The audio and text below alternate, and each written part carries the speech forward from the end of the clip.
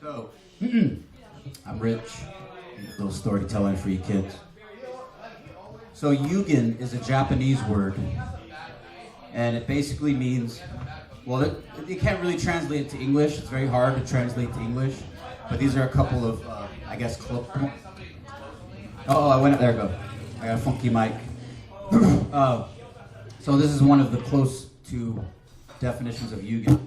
The sad beauty of human suffering. Exactly. Yugen, the sad beauty of human suffering. Yugen is said to mean a profound, mysterious sense of the beauty of the universe, ... and the sad beauty of human suffering.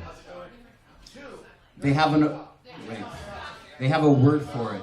They define it as an awareness of the universe that triggers feelings too deep and mysterious for words. To watch the sun sink behind a flower-clad hill, to wander on in a huge forest without thought of return, to stand upon a shore and gaze after a boat that disappears beyond distant islands, to contemplate the flight of wild geese, seen and lost among the clouds, unquote. So this story is called Far From Yugen. Far From Yugen, get it? All right. Shackled, hands, feet, seat-belted, waist diagonal across the torso in that van, the Department of Corrections van, DOC for short, carrying me, us, coast to coast, transporting us like things to be transported, like pieces of meat. Me from San Jose, California to Philadelphia, Pennsylvania. Well, somewhere's damn near Philly. Graterford State Correctional Institution. The others, one to Portland, Oregon, one to somewhere in Washington, and I forget where the others were to be dropped. I was the last stop, end of the line, a 3-day drive cross country, staying each night in different towns, cities, county jails, a quote unquote guest of these jails. Somehow that word guest didn't live up with the way it felt to be processed each of those 3 nights into each of these 3 different jails. We were separated from the general population in these jails for our own safety, they informed us, the powers that be. Safety from jail politics, territorial city, home team, area code bullshit among inmates. Bullshit politics one could and would get killed over. Ain't that about the gist of all politics? They'd usher us through a lockdown block, inmates in their cages, most of them peering out at us, mean, most of them taunting, threatening, talking shit. They'd get us to our own special cells, feed us, usher us to the showers, back to our cells, locked in till early next morning before the rest of the big house awoke. Ushered us back into the van, off we went again. There were 3 of us in the long seat, right behind the drivers. 3 more in the back seat, shackled shoes to shackled shoes. Well, technically ankles. We were shoulders to shoulder, shackled waist to shackled waist. Driving as quick as the drivers could go, which was usually around 85 miles per hour, through this lovely country of ours. And it was the end of summer, September, most definitely a sight for sore eyes. Stopping once or twice at McDonald's in the day, where we were allowed to get 3 things from the dollar menu. That fast food, so delicious, as we'd be damn near starving by the time they stopped. Most of the guys in the van hollering in hunger. I would remain silent, wouldn't ask for much. I didn't want anything from them, and didn't want to give them any more than I had already given them. I was prepared to fast if they didn't stop to feed us the whole trip. But they stopped. And that fast food cuisine, whoo, it was fine fare compared to the institutional fare we'd soon be eating. Plus, it's McDonald's. As good as any other drug done right, especially when super hungry. Driving. Had a time schedule to keep. Had to get us there on time, the bad meat. It was dawn on, I believe, the 2nd day of that ride, going through some desert somewhere. I awoke from sleeping, sitting straight up, rustled from the movement of that van. Pitch black all around us, that desert at night darkness.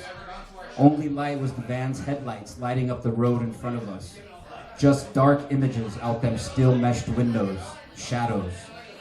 Suddenly, in front of us, on the horizon, a thin line of color, containing pink, orange, red, yellow, and question mark, question mark, question mark. This thin line of color illuminating the edge of that darkness, seemingly at the edge of the world, some miles in front of us. Driving to it, into it, that thin line of majestic color, stretching out left to right, endless on that horizon. It was breathtaking. I mean, I had to remember to inhale, exhale. I was in such awe seeing this sunrise, slowly stretching up, eating up that pitch black darkness. Wow, I heard myself say. I couldn't help it. It was overwhelming. I was overwhelmed. I said something about it to our escorts driving the van. You guys fucking see that? It's beautiful. I received some ineffectual mumble from the driver and nothing from the shotgun seat. I think he was asleep.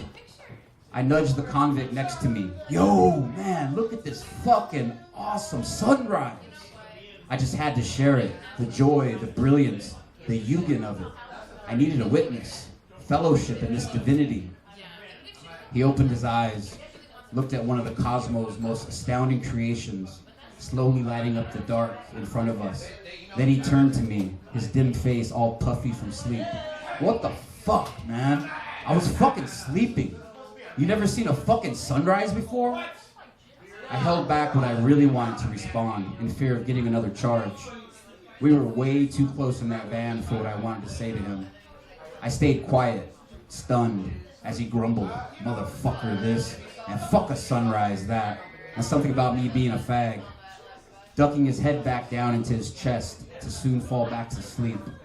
It dawned on me, pun intended, in a rather rude awakening kind of way. There goes another one. Did you catch it? The stupidity I was in the midst of. The stupidity, the ignorance that I had once again delivered my sensitive self into the midst of. And yes, I felt pretty stupid about it. And it was going to be that way for the next 9 or so months, till my debt to Pennsylvania was finally paid up in full. I quit trying to wake anybody up in that van. I stopped trying to share that incredible sunrise as it climbed up the sky like holy neon life. I resigned myself to basking in its splendor, soaking it up along with the silence, save for the hum of the engine and a snoring or two. Soon enough, they'd all be whining again, like babes in car seats. And I would continue to sit quietly, squeezing any and all delight from that incarcerated, free cross-country road trip. May the sun shine in all our stupid hearts. Amen. Thank you.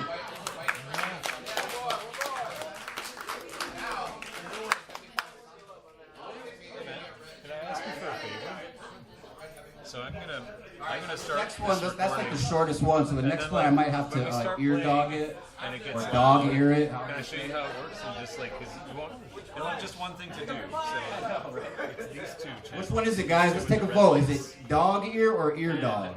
It's like this way. I can't see any of you, so I'm gonna go with dog ear. Dog ear. Make sure that these red Thank lights you. are not flashing.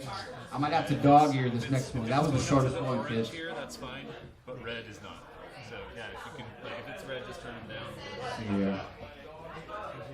Do the Jeopardy music in your head. Yeah, just so just watch it for Hold red on, my lights. fucking phone. And if it's is red, old just turn these two down a little Samsung. bit. And then once there's no more red, you don't need to keep touching it anymore. Thank you. America. Come on. Just kidding.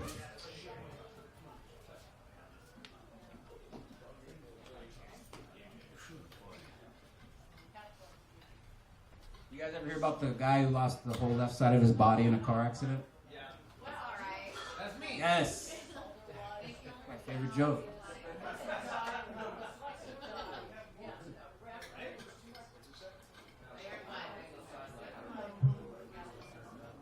Okay, it's still doing the little line going across.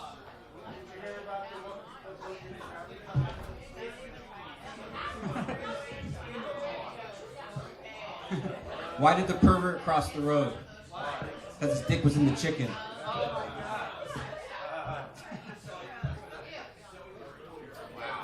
This is like a long doc. I put it all on one doc. I've learned my lesson, so it takes a while. All right.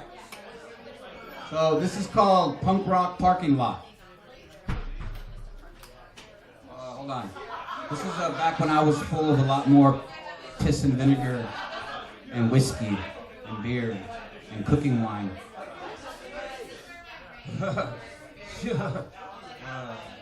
Hold on, now I'm trying to get to the top of it. It's going slow. I try to be nice to my phone because it will go slower if I'm mean.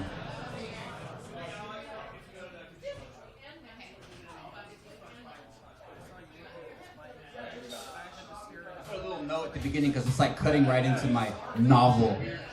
By the way, my novel's called SS Idiot, and it's going to be out hopefully very soon. I've been working on it for like 6 years, and I'm finally almost done with it.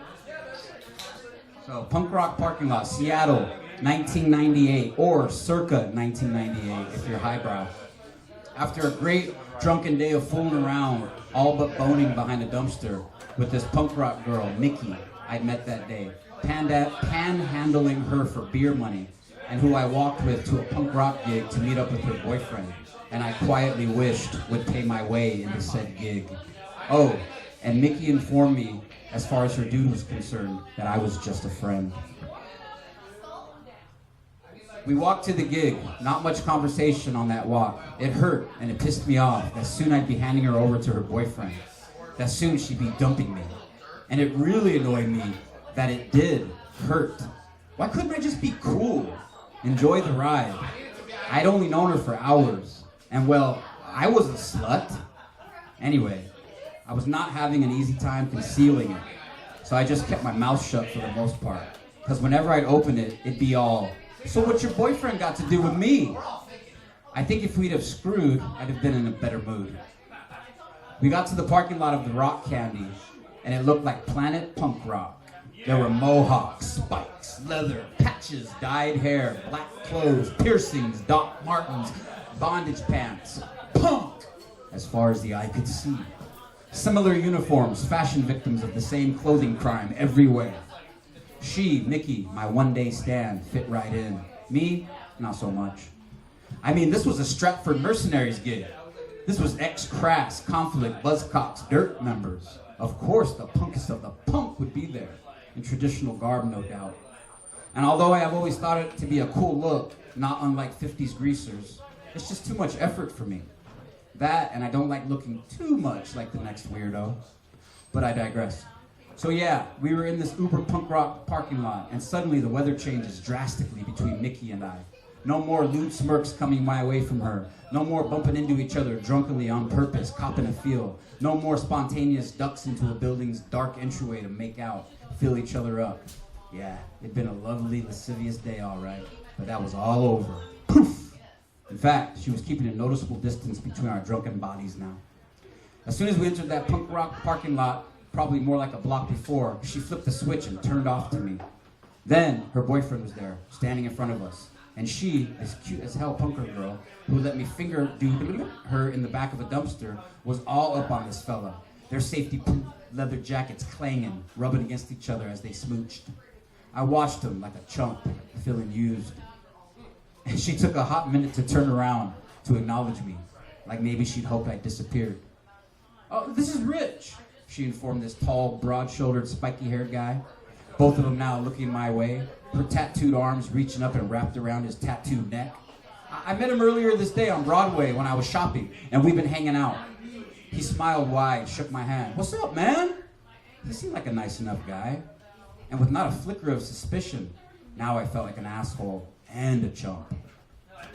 Her dude was with a little entourage of punkers, and within a minute of her introducing us, they were all carrying on, laughing, and telling stories about places, people, events that I had no relation to.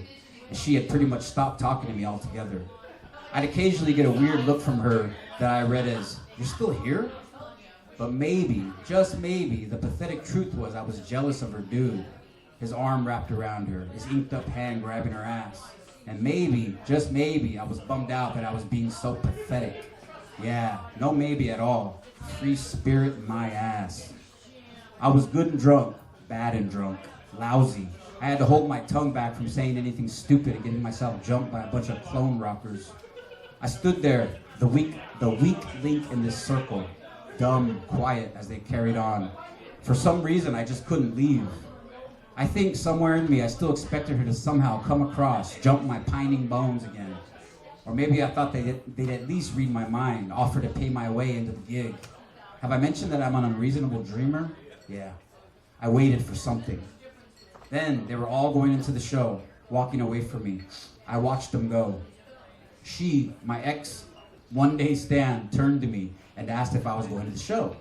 I announced to her, loud enough for the rest of the crew to hear, that I was broke. But I wanted to go. The looks I got from them, including her after that statement, were none too nice. Probably the polar opposite reaction deadheads received, standing around outside a Dead show, one finger in the air, asking for one ticket to the show. She didn't even answer me, just glared incredulous for a second, before turning back towards her peeps, the venue, and continued to walk inside. This time she didn't look back. I felt so dispirited, so all alone, and I was getting madder and madder at the fact that I felt those things. I went to the front of the club, hell-bent, stood off to the edge at the front of the line of unoriginal cool costumes, and asked the door guy if he would let me squeeze inside. He gave me a quick, no way, look as he was taking money, checking IDs, stamping hands. I bugged him some more till he voiced that look, using some other choice words as he did so, basically telling me to get lost, bum. I ran it at him and the other bouncer meatheads standing around the gates to this so-called punk rock show. Ran it about the whole place, the whole show, the bogus poser bullshit. I also included the long line of quote-unquote punkers extending from that club's entrance in my diatribe. But I did this after I asked the line, as far back as my yelling would reach, if any of them would pay my way inside, and getting a bunch of derision instead. Fuck you, fuck all you fucks, fuck this place, fuck this show. It's all about the money, right? Fucking robots, fucking posers, stupid fucking jocks, stupid fucking house punks. My screaming head on a swivel, giving them all my misdirected animosity, hopeless humanity. I was off the chain, unhinged and whiskey piss drunk. Fuck me? One of the big bald tattooed doormen asked me. Yeah, fuck you too. Then he was coming from his post at that door for me, and I was running away. Yeah, that's right, run, you fucking pussy. I stopped around 20 feet away, cupped my hands and yelled back, I am what I eat. And besides, look at the fucking size of you. Your fucking arms are bigger than my legs.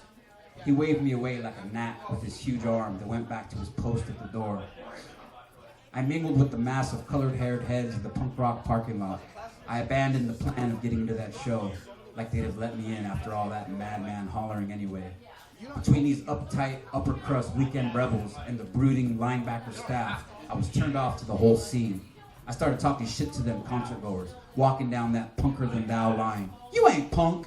Punk is thinking for yourself, acting for yourself, dressing the way you individually want to dress. Y'all look like everybody else that is standing around you. Look at you. Y'all look the same. Y'all got the same fucking 70s English punk rock fashion victim costume on. I'll bet most of you posers lay your hawks down, uncharge your hair, and cover your tattoos when you go to work on Monday. You fucking capitalists. I kept this verbal abuse going until a big skinhead in traditional skinhead costume, suspenders over black buttoned-up work shirt, jeans rolled up at the bottom, leading down into some 18-hole Doc Martens, got out of line and gave me an ultimatum. Basically, shut the fuck up or he'd bash my face in. I chose number one. Door number one. Call it a moment of clarity, an epiphany. This bonehead was comparable to the bouncers at the door. Hell, maybe he worked that door too, and this was an off night for him. I changed gears from fighting to fucking. I went up to every fine-looking female in that line and parking lot and asked them to, dared them to kiss me. Come on, what? You ain't a real anarchist? If you were, you fucking kiss me. If you want to. Stuff like that. Finally, about the 20th girl I asked, this good-looking one with long, multicolored dreads, grabbed me and gave me a nice, long smooch, including tongue. I was once again pleasantly shocked, surprised at this stupid, paralyzed world. A chance at life, a living animal. After we disengaged faces and all the cheering and hooting and hollering had died down around us, I went on a joyous tirade about how she was a great example of the true spirit of punk rock, of true freedom, kissing me, a total stranger, just because she wanted to, because we wanted to, so we did.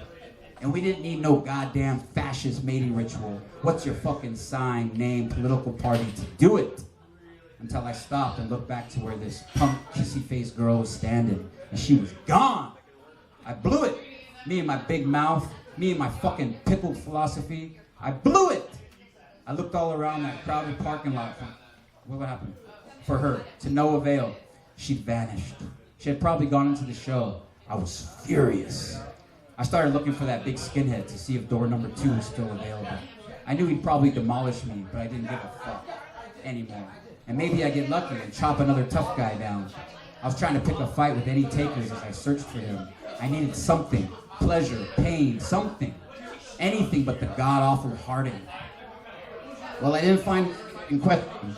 Luckily, this would have surely done a number equivalent to falling off that freight train in Reno on my face.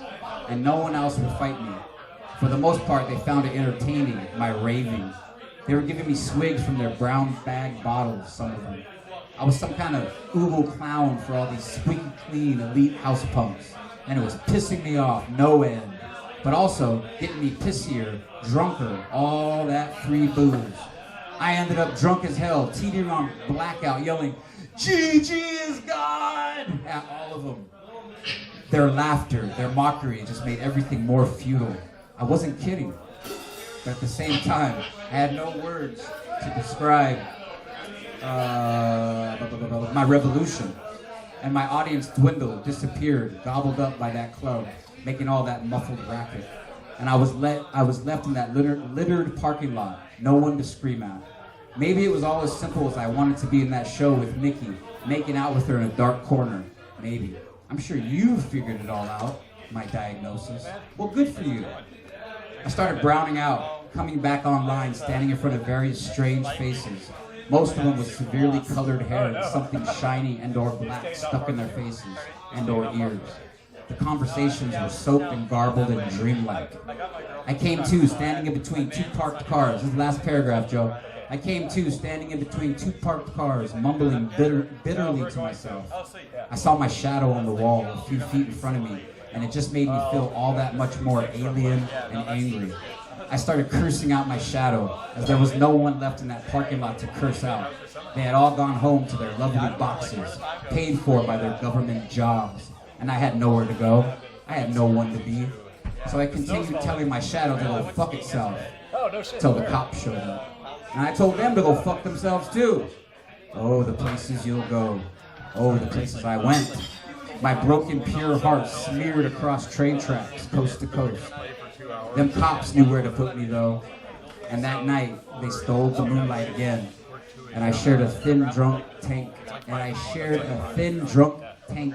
Caught with the ghosts of countless Washington criminals. Amen. It's going well, man. Thank you. Thank you. This is a homage to pre-internet porn. I don't know who remembers that in here. Back when we had magazines and video, VHS, and yes.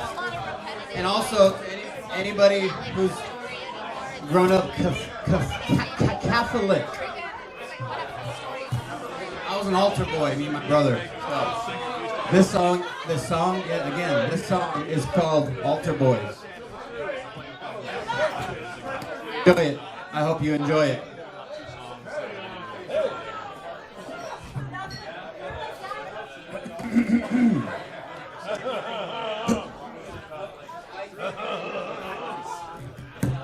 Thank you very much. All right. When I was a kid, around 12 to 18, parents, my stepdad had a great porn collection. This was before online porn was all the rage, 80s-ish. He had a freaking library of it, smut, in his closet. My mom's closet, too. Bedroom, to the right, up top, on a shelves behind the cowboy hats, baseball caps. He had a lot of hats as he went bald up top pretty early. Sad. But I got the same. Oh, yeah, that's why the hats. I got a lot of hats too. Anyways, stacks, like 3 stacks, rows of porno videos on another shelf. And on another shelf were stacks of porno mags, Playboy, Hustler, Penthouse. Those were his top 3. And a few other lower level porn mags. And in the bathroom that my parents shared with me and my 1-year-old stepbrother, right across from the toilet, a few feet in a bathroom cabinet, way up top, behind some towels and toiletries, a stack of porno mags there too. It became a ritual, replacing the ritual of coming home from school as an early elementary school kid and getting a bowl of cereal. I like Fruity Pebbles, by the way. And eating it in front of the TV, watching Ultraman, Godzilla, Thundercats, ho! Spider-Man cartoons. The new late elementary, junior high school adolescent ritual became fuck the cereal and fuck the hand as soon as possible. And as many times as possible before the parental units came home from trabajo. That's work. A few hours later. Them places, upper right of closet and bathroom, up top closet, were way off limits to anyone except stepdad. Oh, and in his sock drawer, right under the TV, in their bedroom, there were also some porno flicks on VHS. Those are the good ones. Those are the best ones. Also, of course, off limits to us kids. And it was an unspoken truce between my brother, thank you, and I, as we both weren't allowed in our folks' bedroom. But both of us would respectively use it every after school, saying nothing to each other about it. Out of what? Shame? Catholicism? Conditioning? Yes. Fun. Funny too, now looking back at it. But this is my chicken scratch. As it was so obvious what we were doing in that bedroom and in that bathroom for around 5 minutes a pop on rotation. But neither of us said anything to the other about it. Our brains filled to the brim with lust, our eyeballs, our tears, our sweat tinged with semen. There was so much of it in us that had to get out. It was a race, unadmittedly, to get into that bedroom, that closet, that porn stash first. If we were smart, if we communicated about it better, or at all, we could have made more of our limited jerk-off time. One of us in the bedroom, utilizing the mags, videos therein. One of us in the adjoining bathroom, using the toiletries closet collection. But alas, we weren't smart. We were, drum roll. Yup, you guessed it, young, dumb, and full of cum. And wait, we didn't want to admit to each other that what we were doing in them rooms, makeshift porn booths. Doing that. And them rooms were too close to maintain any illusions. But to try to maintain this illusion between us two altar boys, when one of us was using one of them rooms, the other would be far, far away in another land in the living room, watching TV, or in our bedroom that we shared bunk beds. Ugh, like prison, sorta. Blasting punk rock or gangsta rap. A couple times there were a couple times when our mutual bubble was sort of popped.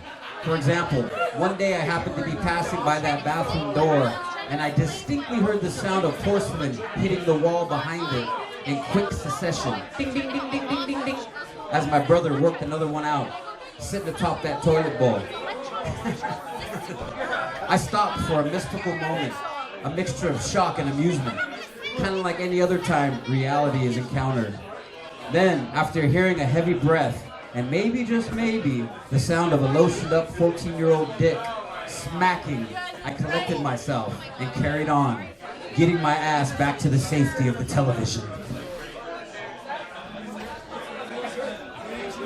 And again, looking back, I do believe my brother and I kept quiet about it to each other, well, out of aforementioned shame.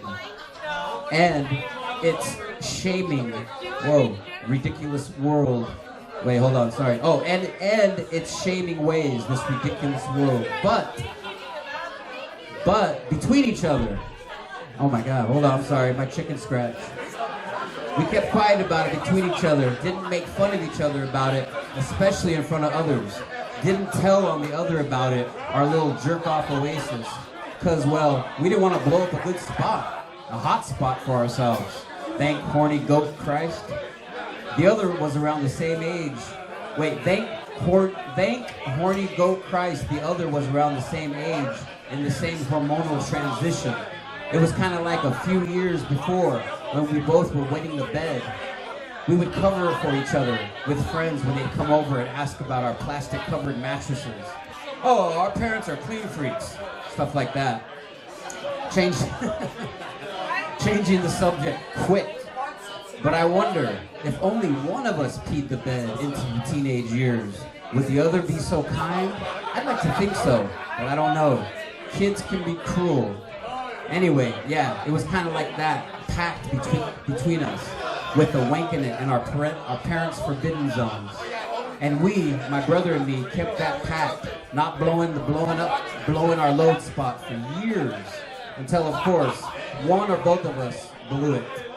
And I don't know if my brother blew it for himself, as my blowing it for myself is so fucking mortifying that it makes all else in that part of my memory a blur. So mortifying so mortifying it was that it is still alive and bright like a police headquarters spotlight in my mind.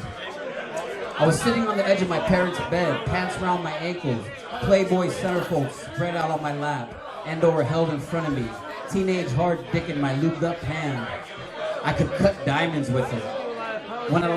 That's Chuck, by the way. Chuck gave me that. When alas, the sound of a car in the driveway. I jumped up, waddled to the window overlooking the driveway, peeked through the blinds, and there I saw, in horror, my mother's car parking. She had come home early, and I hadn't came yet. Talk about cock blocking. Talk about going limp fast. I cleaned up, got out of there quick, and just out on the other side of my parents' bedroom door, trying to act natural, as my mom walked in the front door. My dear mama and I exchanged hellos, and she probably asked me if I had attended school that day. And I said I did, even if I didn't. Well, now, if this next part of the story baffles you, just imagine how I feel looking back. Mystified. I was in my room, probably listening to punk rock music too loud. When in that room she burst, eyes wide, index finger waving to me, to follow her. Richie, come here! And I did, following her to her bedroom, just a few steps down the little hallway. And crossing that open doorway's threshold, my eyes scanning the scene. Yeah, the crime scene. I saw it all in teenage shock, with the last person besides Jesus Christ resurrected that I want to be seeing such a scene. There at the foot of the bed, it was Mrs. Whatever month she was playmate, spread out with let's fuck eyes and the bottle of lotion. And on the edge of the foot of that bed, my parents' bed, an imprint of my skinny, naked, 13-year-old ass. The only saving grace and face was that I hadn't left any bodily fluid behind. I was thwarted mid-stroke, no crescendo. And really, I don't recall anything after that. I do believe I went to some sort of shock, mom hollering at me to stay out of that room, and that's about it. And I don't think I made eye contact with her for at least a few days after that. But do you think it kept me and my brother out of that room? No way. It just made me a bit more careful. And even when my folks started locking their bedroom door, my brother, a blossoming criminal, just used a plastic card to slide down the slit in that door, like you might have seen in the movies. It really works. Popping the door open, voila. And weird thing too, my brother doing that, as I watched, as I don't remember him doing it for any other reason but to show off, to show me he could do it. We still didn't talk about all the penis playing we were doing in that room. I'd get up to 4 to 6 times a day sometimes before the parental units got home. And my brother was in there just as much, maybe more. We'd much rather be open and proud of burgeoning criminality than about natural, actually normal sexual drives and behavior, especially in the teens. Actually healthy too. But alas, we as a society are still mired in the dim light of dark age Puritanism. That being said, I'll conclude this with an answer to the question that just might be on some of your morally upright minds. The question of why I feel the need to share such a story with you. Well, it's to sort of exercise the more wicked wonders of being brought up Catholic. I really bask in the real living God's gifts. Some laughter, hopefully. Thanks, Selena. Hopefully from this story. And yes, the fun, natural fun of masturbation. Hallelujah. Amen.